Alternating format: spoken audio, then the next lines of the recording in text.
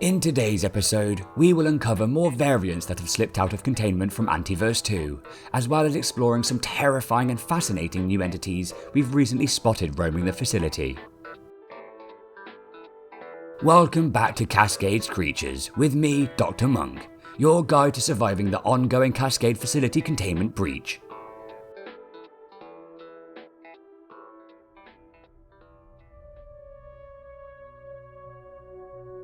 IS-0171, the Tainted Carbuncle. Origin, Antiverse 2.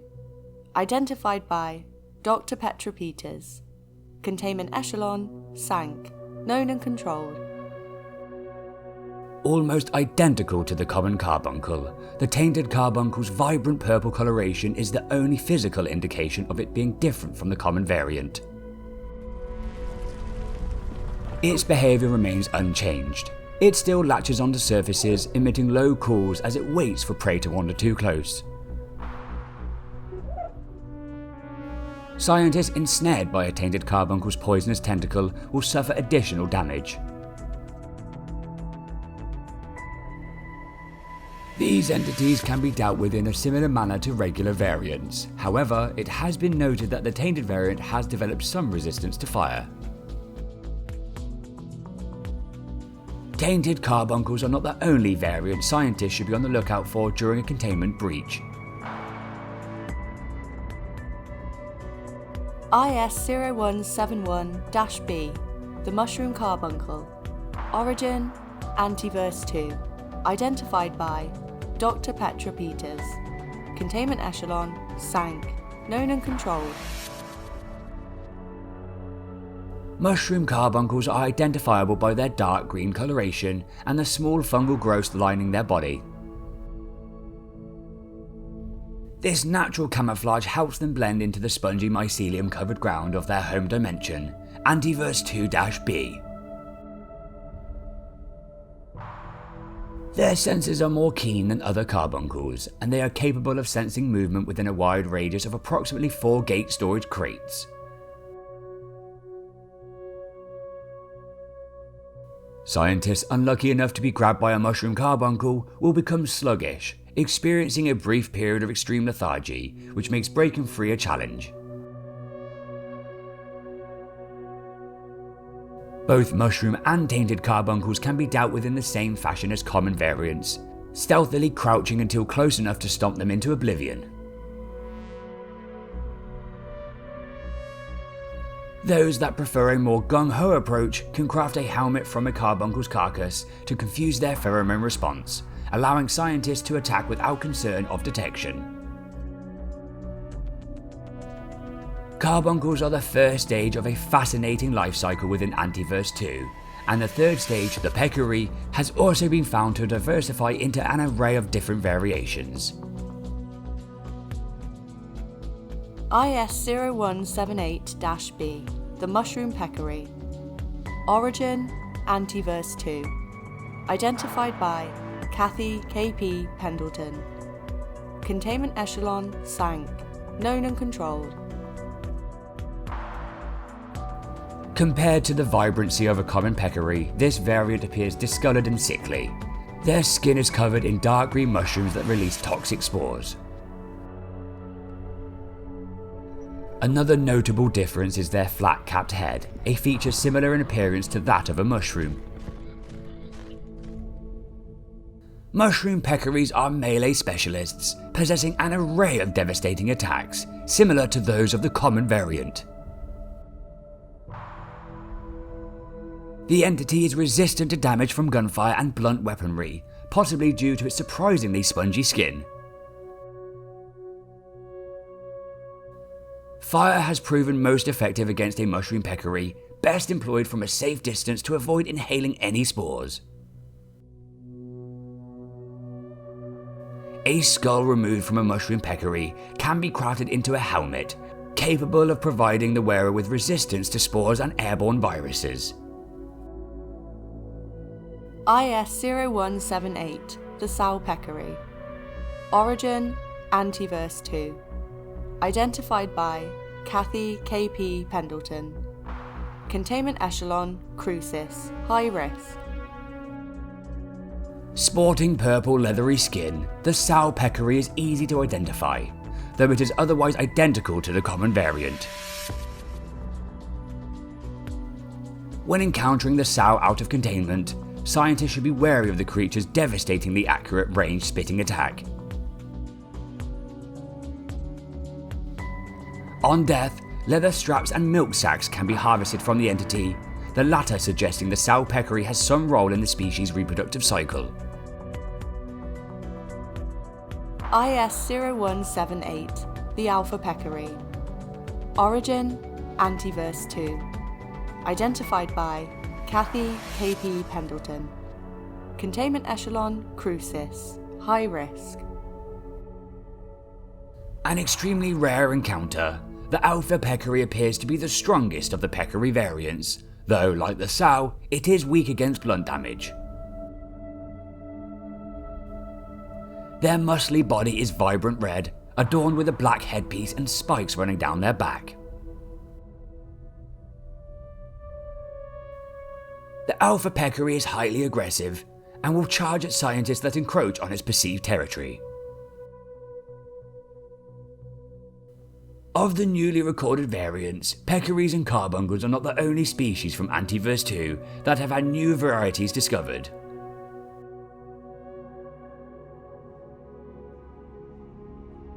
IS-0184-C, the Armoured Exor. Origin, Antiverse 2. Containment Echelon, Crucis. High risk.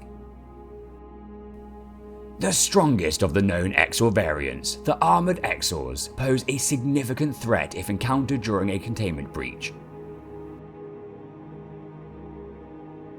Evidence suggests that the species' evolution has been interfered with by an unknown external force, causing them to be more deadly than other variants. The species are extremely aggressive and are highly trained in both melee and ranged attacks. Taking traits from both the Exor and Exor Monk, Armoured Exors are capable of teleportation and firing a barrage of quills at their target, but that is not the full extent of their arsenal. They also possess a powerful bioelectron grenade attack that deals substantial electrical damage to any target in range. Being covered in a heavy chitinous armour, the Armoured Exor can withstand much more damage than common variants. Acid or electrical based weapons appear to be more effective in piercing their armour than firearms, and it is advised to attack from a range to avoid falling victim to their crippling assault. IS-0088, the Scuttlebug. Origin, Antiverse 2. Containment Echelon, Ordo, Benign. Within the superheated atmosphere of Antiverse 2's microfields, an extremely skittish insectoid creature emerges from underground. This is the Scuttlebug. Thought to be entirely deaf and blind, it is speculated that the species navigates its environment through vibrations in the soil, and by sensing minute changes in the air. Possessing zero offensive abilities, Scuttlebugs never stray far from the safety of their den, retreating into it whenever another creature passes nearby. This predictable behaviour can be used to a scientist's advantage, as the Scuttlebug's carapace has many practical applications. By waiting motionless and crouched outside the creature's den, patient scientists can wait for them to re-emerge before dispatching them with blunt weapons or a vacuum. Their carapace can be crafted into carbon plating, useful in cobbling together all manner of armour and tools. The creatures of Antiverse 2, with the exception of the Scuttlebug, are regularly found out of containment. However, they are not the only entities roaming the facility during a containment breach.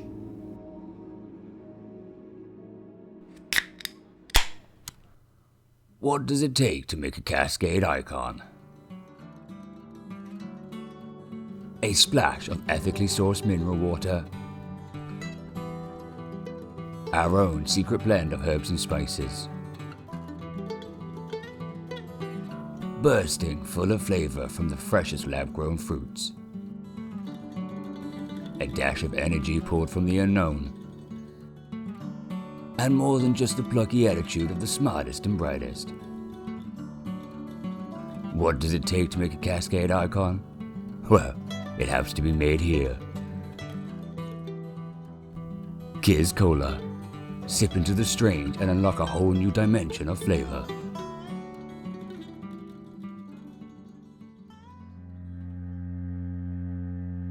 IC-2339, The Reaper. Origin, Antiverse 39. Containment Echelon, Solutus. Uncontainable. Emerging from the orange glow of mysterious singing portals, the Reaper moves around the Cascade Facility seemingly at random. When undisturbed, this cloaked entity solemnly stalks the corridors, the purpose of its presence unknown. Scientists that encroach on its vigil will catch a glimpse of the nightmarish form hidden beneath its cloak before it launches into an attack. Concealed beneath the black fabric, the Reaper's insectoid appearance and glowing eye fail to detract from its deadly scythe-like arms. Cloaking itself in a dark mist, the Reaper can teleport near its target, unleashing a devastating slash with its razor-sharp arms. If allowed to get too close, the Reaper will capture scientists, teleporting them to the Shadow Realm from whence it came. Conventional weaponry appears useless against a Reaper attack, but by employing laser technology, scientists can banish the entity for a short time. Curiously, exposure to X-ray light has also proven effective, causing the Reaper to drop Night Essence, a material useful in crafting. IC-0023, The Darkwater Beast. Origin, Antiverse 42. Containment Echelon, Crucis, High Risk. Within the frigid waters of the facility's hydroplant reservoir, rumours of a monstrous beast that supposedly charges rapidly at divers before devouring them has become a popular topic in the break room. These rumours are not entirely unfounded, as this body of water is in fact home to IC-0023, an entity designated as the Darkwater Beast. Scientists regularly working in the depths of the hydroplant are aware of the beast, and know it to be one of the slowest moving entities currently in containment. Preferring the dark of the deep water, should the Darkwater Beast approach a scientist, an X-ray lamp has proven effective at scaring it away. Despite this knowledge, the unsettling reports of deaths by the entity has spawned some superstitions that many Gate employees have adopted. The leading theory is that the beast is more passive around scientists with greater technical fishing ability. As a result, we have observed a rise in fishing activities taking place across the facility, even by employees with no cause to visit the hydroplant in the first place. In our field of research, any available precaution you can take could be the difference between life and death.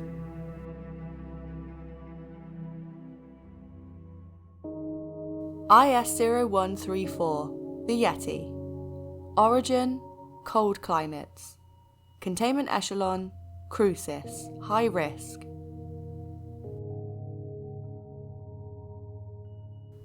The Yeti, a creature of folklore thought to inhabit the Himalayan mountains. Thanks to their thick insulated coat, they are immune to the cold, thriving in temperatures of -2 degrees Celsius and below. Living in mountainous regions, the Yeti is extremely athletic, requiring excellent jumping and climbing skills to navigate the steep peaks of its home. If encountered out of containment, this creature is a formidable foe, its melee attacks capable of inflicting mortal damage to scientists. Being extremely sensitive to heat, fire has proven an effective defense against the entity, igniting its flammable fur with ease. This fur pelt can be a useful resource in crafting, its unmatched insulation suitable for a myriad of inventions. IS-0102, the Love Potion. Origin, Antiverse 16. Containment Echelon, Thaler, Extreme Risk.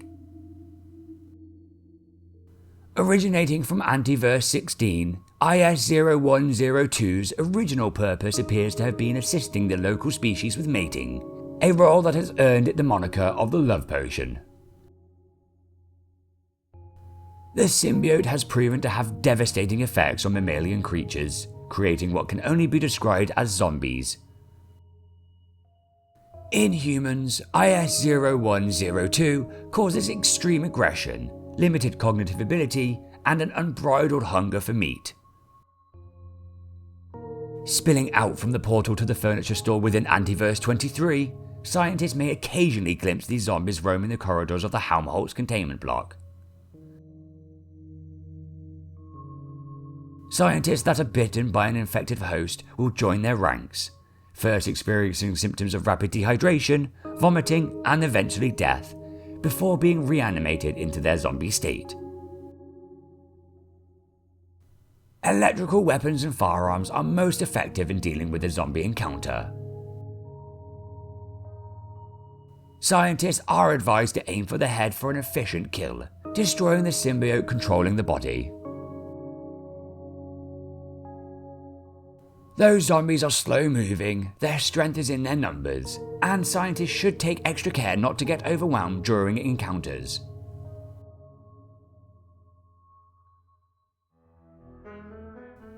Containment breaches pose a real threat to scientists working at Gate Cascade. However, these are not the only challenges that come with running a research facility of this caliber.